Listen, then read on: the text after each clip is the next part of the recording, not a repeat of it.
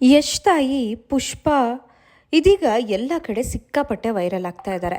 ಇತ್ತೀಚೆಗೆ ದೀಪಿಕಾ ದಾಸ್ ಬಗ್ಗೆ ಆಕೆ ಆಡಿದಂಥ ಒಂದಷ್ಟು ಮಾತುಗಳು ನೆಟ್ಟಿಗರ ಕೆಂಗಣಿಗೂ ಕೂಡ ಗುರಿಯಾಗಿತ್ತು. ಅದಾದ ನಂತರ ದೀಪಿಕಾ ದಾಸ್ ಕೂಡ ಯಶ್ ತಾಯಿ ಪುಷ್ಪ ಅವರಿಗೆ ಸರಿಯಾಗಿ ಟಾಂಟ್ ಕೊಟ್ಟು ತಮ್ಮ ಸ್ಟೇಟಸ್ ಅನ್ನ ಅಪ್ಡೇಟ್ ಮಾಡಿದ್ರು. ಅಷ್ಟು ಮಾತ್ರ ಅಲ್ಲದೆ ಅದಕ್ಕೆ ಸಮಜಾಯಿಷಿ ಕೊಡುವಂಥ ಪ್ರಯತ್ನವನ್ನ ಪುಷ್ಪ ಅವರು ಮಾಡಿದ್ದು, ದೀಪಿಕಾಗೆ ನಾನು ಯಾಕೆ ಹಾಗೆ ಹೇಳಿದೆ ಅನ್ನೋದು ಗೊತ್ತಿದೆ, ನಮ್ಮ ಮಧ್ಯೆ ಏನೂ ಸಮಸ್ಯೆ ಇಲ್ಲ ಅನ್ನೋದನ್ನ ಹೇಳೋದ್ರ ಮೂಲಕ ಅದನ್ನ ಪ್ಯಾಚಪ್ ಮಾಡುವಂಥ ಕೆಲಸ ಮಾಡಿದ್ರು. ಆದರೆ ಯಶ್ ತಾಯಿ ಇಷ್ಟೆಲ್ಲ ಮಾಡ್ತಾ ಇದ್ರು, ಯಶ್ ಆಗಲಿ ರಾಧಿಕಾ ಪಂಡಿತ್ ಆಗಲಿ ಯಾಕೆ ಏನು ಹೇಳ್ತಾನೆ ಇಲ್ಲ. ಅಟ್ಲೀಸ್ಟ್ ಯಶ್ ತಾಯಿ ಅವರಿಗಾದರೂ ಯಶ್ ಮತ್ತು ರಾಧಿಕಾ ಪಂಡಿತ್ ಇದನ್ನ ಬಿಡಿಸಿ ಹೇಳ್ಬೋದಾಗಿತ್ತು. ಹೀಗೆಲ್ಲ ಮಾತನಾಡಿದ್ರೆ ಹೇಗಾಗತ್ತೆ, ನಾವಿಷ್ಟು ದಿನ ಇಂಡಸ್ಟ್ರಿಯಲ್ಲಿ ಕಾಪಾಡ್ಕೊಂಡು ಬಂದಿರುವಂಥ ಗೌರವ ಏನಾಗಬೇಡ ಅಂತ ಅಟ್ಲೀಸ್ಟ್ ಬಿಡಿಸಿ ಹೇಳಬಹುದಾಗಿತ್ತು ಅನ್ನುವಂಥ ಒಂದಷ್ಟು ಅಭಿಪ್ರಾಯಗಳು ವ್ಯಕ್ತವಾಗ್ತಾ ಇದೆ.